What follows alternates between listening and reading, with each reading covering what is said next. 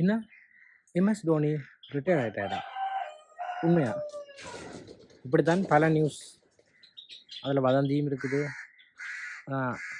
உண்மை என்னென்னு தெரியணுமா? வாங்க வீடியோக்குள்ளே போகலாம்.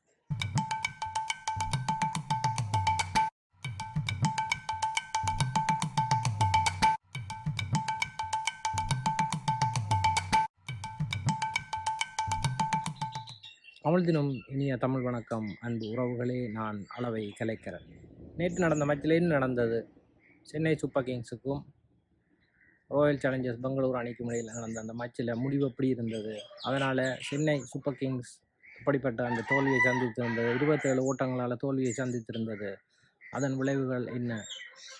அதற்காக தோனியை நாங்கள் குறை கூறலாமா? எம்எஸ் தோனி எவ்வளவு திறமையாக விளையாடி இருந்தார் என்ற விவரங்கள் எல்லாம் நாங்கள் பார்க்க போகிறோம். அதே நேரம் இந்த சர்ச்சைக்குரிய எம்எஸ் தோனி ரிட்டையர்ட் ஆகிட்டாரா இல்லையா என்று சொல்லி நாங்கள் பார்க்க போகிறோம் இந்த வீடியோவில். சரி, ஐபிஎல்லில் ரிட்டையர்ட் ஆகாமல் விளையாடி கொண்டிருந்தவர் எம்எஸ் தோனி. 1981 ஆண்டு பிறந்தவர். நேற்றைக்கு மேட்சில் என்ன நடந்தது? சென்னை சூப்பர் கிங்ஸுக்கும் ராயல் சேலஞ்ச் பெங்களூருக்கும் சின்னசுவாமி விளையாட்டரங்கில் இருந்த அந்த மேட்ச் நேற்று எப்படி முடிஞ்சது?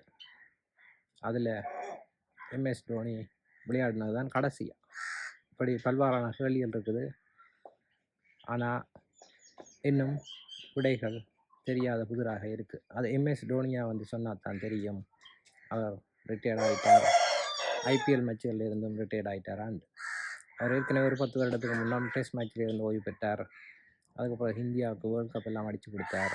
அதுக்கு பிறகு ஒன் டே மேட்சில் இருந்து ரிட்டையர்ட் ஆனார்.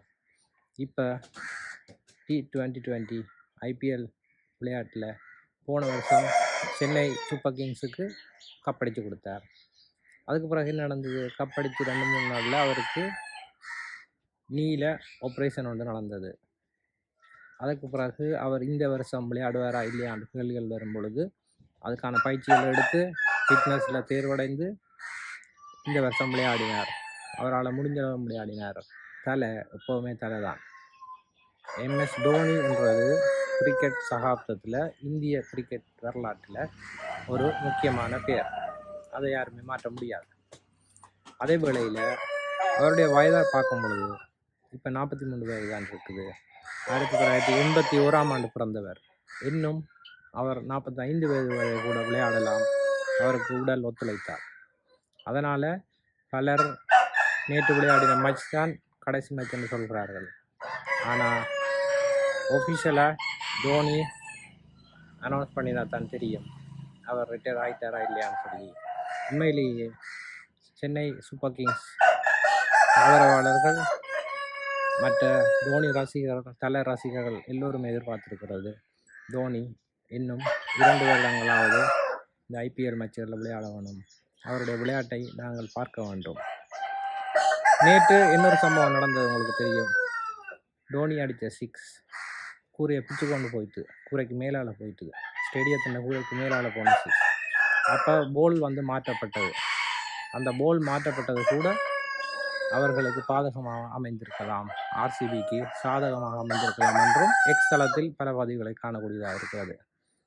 இப்பொழுது எக்ஸ் தளம் சூடு பிடித்து தோனியை அவதூறு பேசுபவர்களும் இருக்கிறார்கள், வாழ்த்துவரும் இருக்கிறார்கள். சிஎஸ்கேயை அவதூறு பேசுவதும் இருக்கிறார்கள், வாழ்த்துவரும் இருக்கிறார்கள்.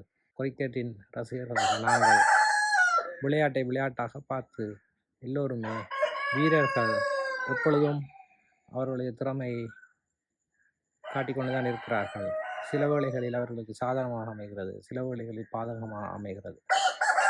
ஒரு கருத்து இருக்குது, இந்த முறை ஐபிஎல் கேப்டன்ஷிப்பில் தோனி விலகி சிஎஸ்கேக்கு வந்து இன்னொருவரை கேப்டன் ஆக்கினதும் சிஎஸ்கேயுடைய இந்த சீசனுக்குரிய சரி படுகேவலமான ஆட்டம் என்று சொல்லி பல விமர்சகர்கள் குறிப்பிடுற ஆட்டத்துக்கு காரணமாக இருந்திருக்கலாம் என்றும் சொல்லப்படுகிறது.